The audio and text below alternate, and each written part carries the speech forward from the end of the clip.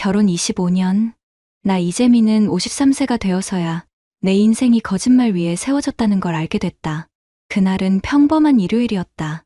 공익 복무 중인 아들 도윤이가 면회를 왔다. 24세가 된 아들은 키도 나보다 커서 이제 완전한 어른이 됐다는 생각이 들었다. 분당 아파트 거실에서 함께 치킨을 먹으며 이런저런 얘기를 나누는 시간이 좋았다. 아빠, 저 궁금한 게 있어요. 도윤이의 목소리가 평소와 달랐다. 뭔가 조심스럽고 무거운 어조였다. 뭐가 궁금한데? 제가 정말 아버지 친아들이 맞나요? 순간 치킨을 씹던 입이 멈췄다. 무슨 소리인지 이해할 수 없었다. 갑자기 무슨 소리야? 당연히 내 아들이지.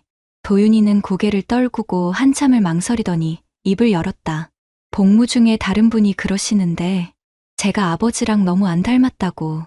그리고 엄마가 예전에 다른 남자랑. 뭐라고? 나는 목소리를 높였다.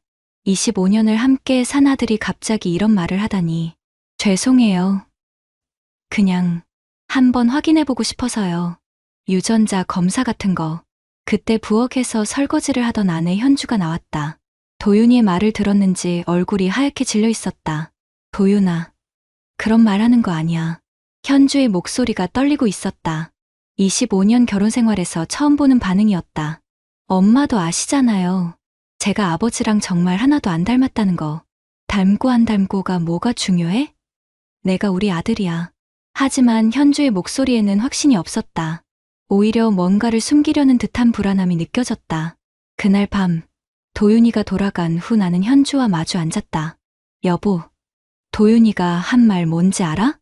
애들이 하는 말을 왜 진지하게 받아들여? 그게 아니야. 내 표정이 이상했어. 뭔가 숨기는 것 같았다고. 현주가 한참을 침묵하더니 작은 목소리로 말했다. 25년도 넘은 일이야. 그 한마디에 내 세상이 무너지기 시작했다. 25년 넘은 일이 뭐야? 그때 당신 사업 실패하고 힘들어할 때 나도 외로웠어. 가슴이 답답해졌다. 결혼 초기에 작은 사업을 하다가 망해서 한동안 힘든 시기가 있었다. 그때 현주가 아르바이트를 하면서 생활비를 벌었던 기억이 났다. 그때 누구를 만났다는 거야? 지금 와서 중요해? 다 지난 일인데 중요하지 않다고? 도윤이 문제가 될 수도 있는 얘기인데? 현주가 눈물을 흘리기 시작했다. 미안해.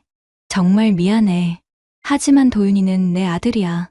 내가 키웠잖아. 내가 키웠다고 내 아들이 되는 거야?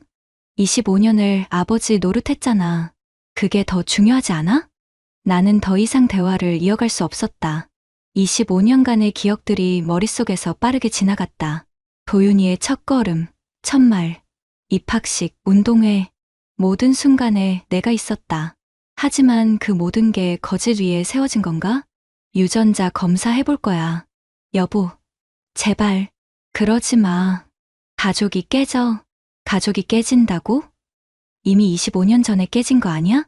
현주는 더 이상 말하지 않았다. 나도 마찬가지였다. 그날 밤 나는 한잠도 자지 못했다. 옆에서 자는 아내를 보며 25년간 나는 뭘 믿고 살았나 하는 생각만 계속 들었다. 다음날 아침 회사에 가면서도 머릿속은 복잡했다. 중견기업 기획실 부장으로서 중요한 회의가 있었지만 집중할 수 없었다. 동료들이 말을 걸어도 제대로 대답하지 못했다. 점심시간에 인터넷으로 유전자 검사에 대해 찾아봤다. 요즘은 간단한 검사로도 99.9% 정확도로 친부자 관계를 확인할 수 있다고 했다. 비용도 20만 원 정도면 충분했다. 그날 저녁 집에 돌아와서 현주에게 말했다. 내일 도윤이랑 같이 유전자 검사 받을 거야. 여보, 정말 그러실 거예요? 25년을 바보로 살았는지 확인해야지. 현주가 무릎을 꿇고 빌었다. 제발요. 결과가 어떻게 나와도 좋을 게 없어요. 도윤이만 상처받을 뿐이에요. 상처받을 건 나도 마찬가지야. 25년간 거짓말 속에서 살았을 가능성을 생각해봐. 그래도 도윤이는 죄가 없잖아요. 나도 죄가 없어. 하지만 진실은 알아야지. 그날 밤부터 현주는 나와 같은 방에서 자지 않았다. 안방 소파에서 잤다. 25년 결혼 생활에서 처음 있는 일이었다. 유전자 검사를 받은 날부터 일주일이 가장 긴 시간처럼 느껴졌다. 검사는 생각보다 간단했다. 도윤이와 함께 검사소에 가서 구강 점막 세포를 채취하는 것만으로 끝났다. 담당 직원은 일주일 후에 결과 나온다고 했다. 도윤이는 검사를 받으면서도 계속 미안하다고 했다. 아빠, 제가 괜한 말해서. 아니야. 알아야 할 일이었어. 하지만 속으로는 복잡했다. 만약 결과가 내 예상대로 나온다면 도윤이는 어떤 기분일까? 24년간 아빠라고 불렀던 사람이 진짜 아빠가 아니라는 걸 알게 되면? 집으로 돌아오는 길에 도윤이가 조심스럽게 물었다.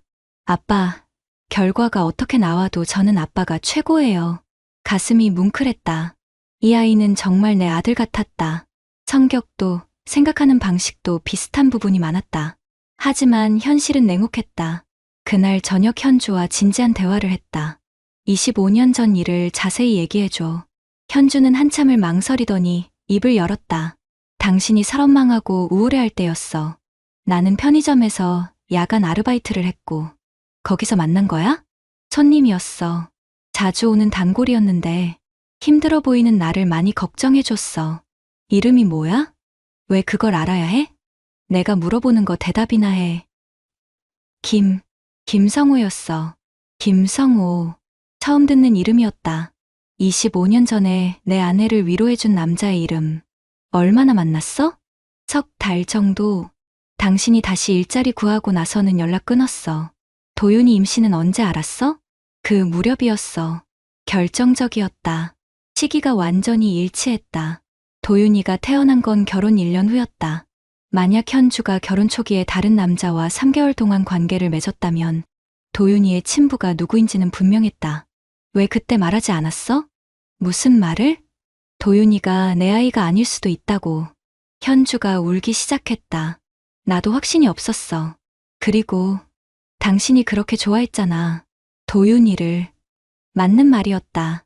도윤이가 태어났을 때 나는 정말 행복했다. 처음 안아봤을 때의 그 감동을 지금도 기억한다. 밤새 기저귀 갈아주고 분유 먹이고 병원에 데려가고 모든 게 기뻤다. 그럼 25년 동안 계속 거짓말한 거네? 거짓말이 아니야. 나도 정말 몰랐어. 그리고 도윤이는 당신을 아빠라고 믿고 자랐잖아. 하지만 진실은 다를 수도 있잖아. 현주는 더 이상 대답하지 않았다. 그날 밤부터 나는 25년간의 기억을 다시 정리하기 시작했다. 도윤이와 함께했던 모든 순간들을 떠올려봤다. 첫돌, 100일, 입학식, 졸업식, 생일.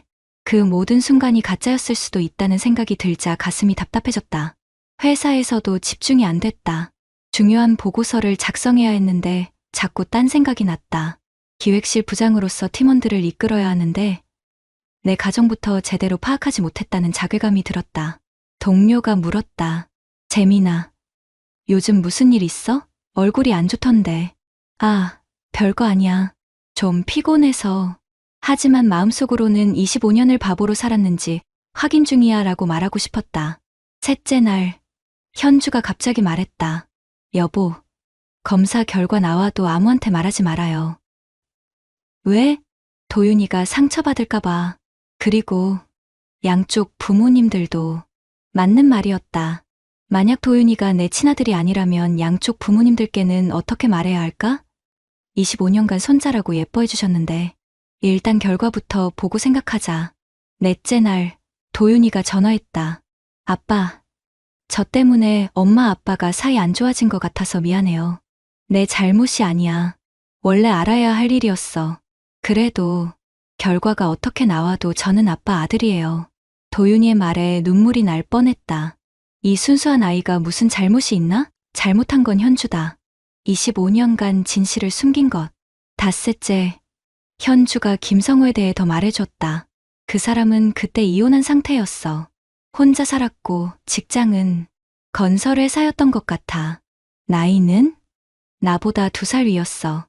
지금 53세 정도 될 거야. 나와 같은 나이였다.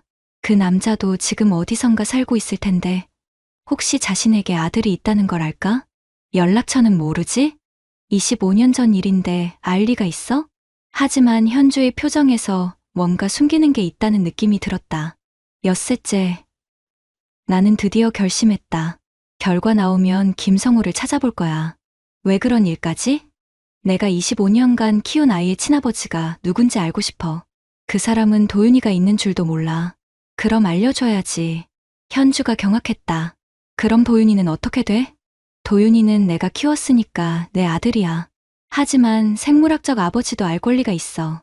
그날 밤 현주는 친정에 가겠다고 했다. 결과 나올 때까지 친정에 있을게요. 왜? 무서워요. 모든 게 무너질까봐. 현주가 나간 후 집은 조용했다. 25년 만에 혼자 있는 집이 이렇게 넓고 쓸쓸할 줄 몰랐다. 일주일 후 검사 결과가 나왔다.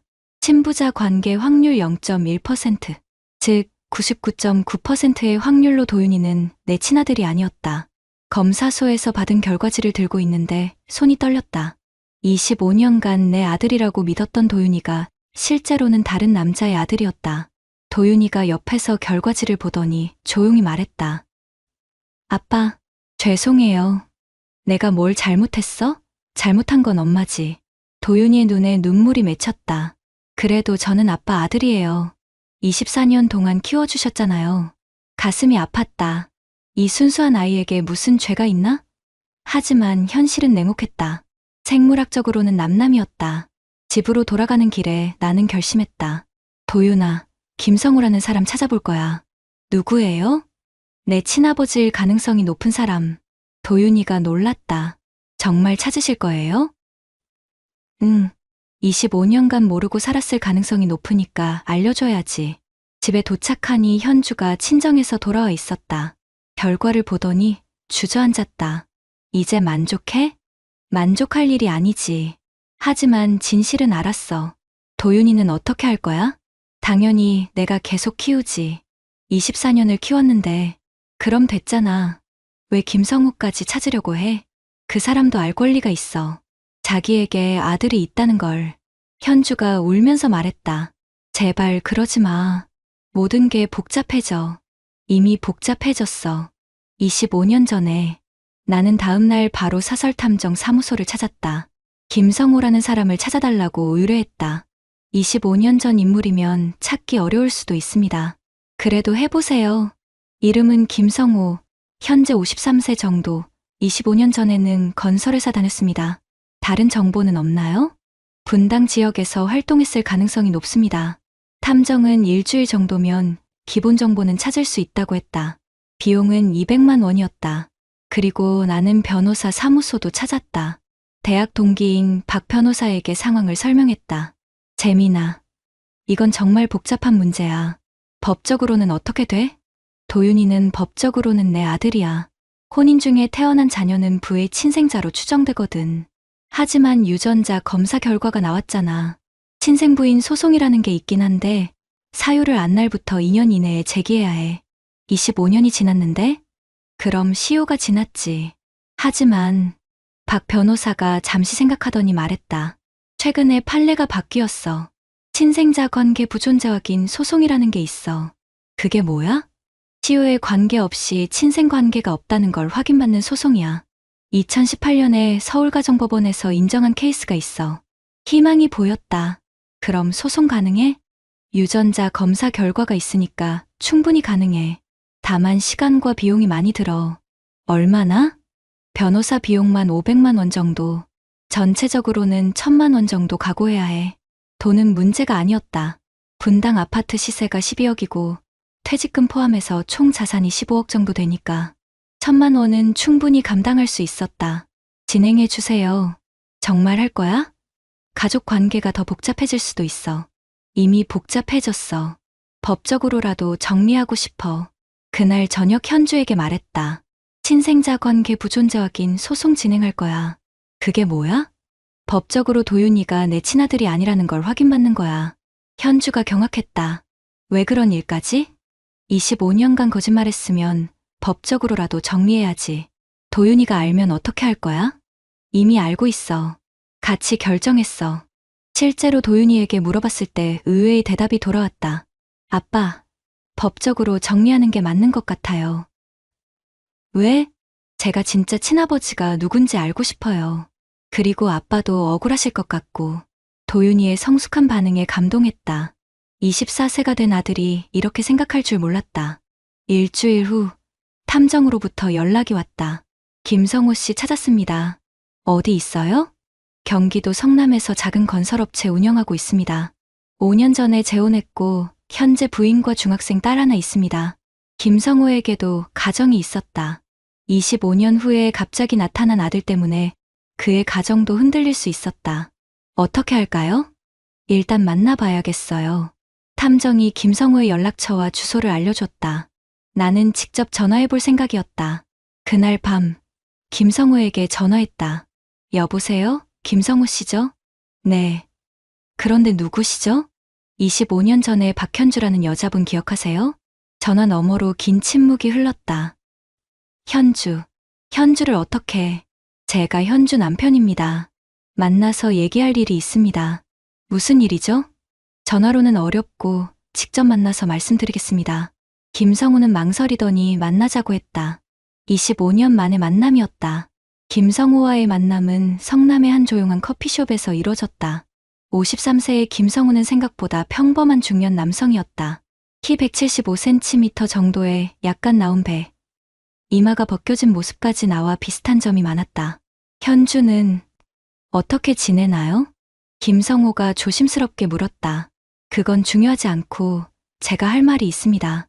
나는 가져온 유전자 검사 결과지를 그에게 보여줬다. 이게 뭐죠? 25년 전에 현주와의 사이에서 아이가 태어났습니다. 그 아이가 당신 아들일 가능성이 높습니다. 김성호의 얼굴이 창백해졌다. 그럴 리가. 유전자 검사 결과입니다. 99.9% 확률로 제 친아들이 아닙니다. 결과지를 보던 김성호가 손을 떨었다. 그럼 내 아들이라는 말씀이신가요? 그럴 가능성이 높습니다. 김성호는 한참을 말하지 못했다.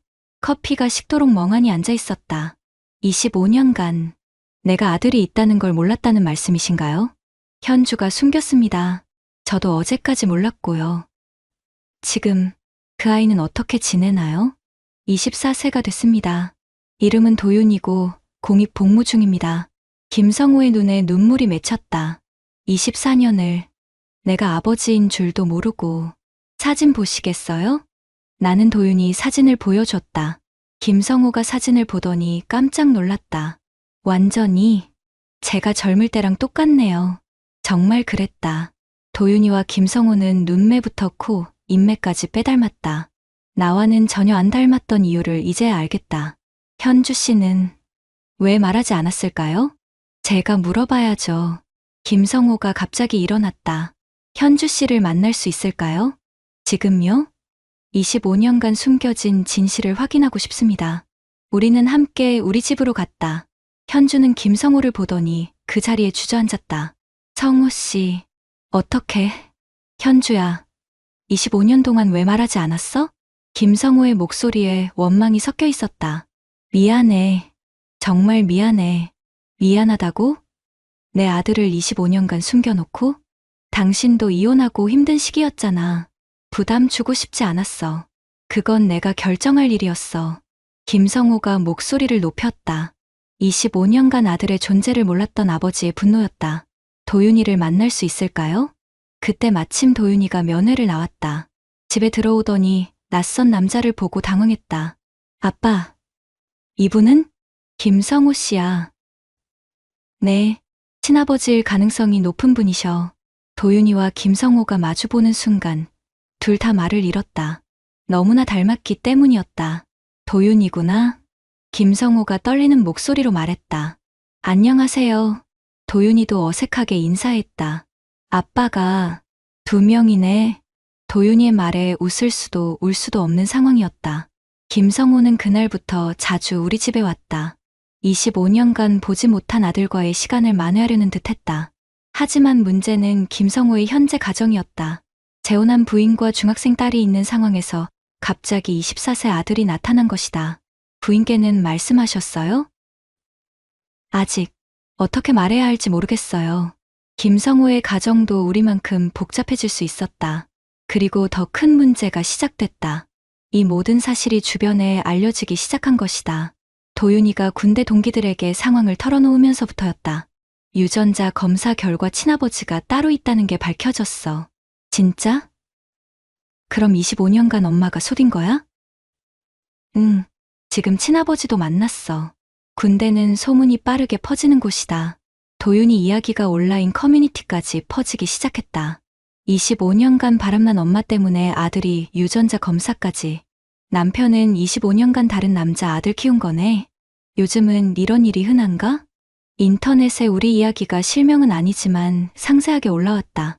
분당 지역이라는 것까지 나와 있어서 아는 사람들은 충분히 짐작할 수 있는 수준이었다. 현주는 이런 상황을 견디지 못했다. 여보, 이제 그만해요. 온 동네에 소문났어요. 소문난 게 내 잘못이야? 주변 사람들이 다 알게 됐어요. 요가 학원도 그만둬야 할 것 같고, 실제로 현주가 다니던 요가 학원에서는 학부모들 사이에 소문이 퍼졌다. 박현주 씨, 남편이 25년간 다른 남자 아들 키웠다면서? 진짜? 그럼 박현주 씨가 바람을 피운 거네? 25년 전 일을 지금까지 숨기고 있었다는 게 더 문제지. 현주는 결국 요가 학원을 그만뒀다. 25년간 쌓아온 인간관계가 하루아침에 무너진 것이다. 친정 쪽에서도 연락이 왔다. 현주야, 사위한테 미안해서 어떻게 살겠니? 엄마, 저도 어쩔 수 없었어요. 25년 전에 말했어야지. 지금까지 숨기고 있다가 현주의 친정 부모님도 나에게 사과 전화를 하셨다. 사위야, 정말 미안하다.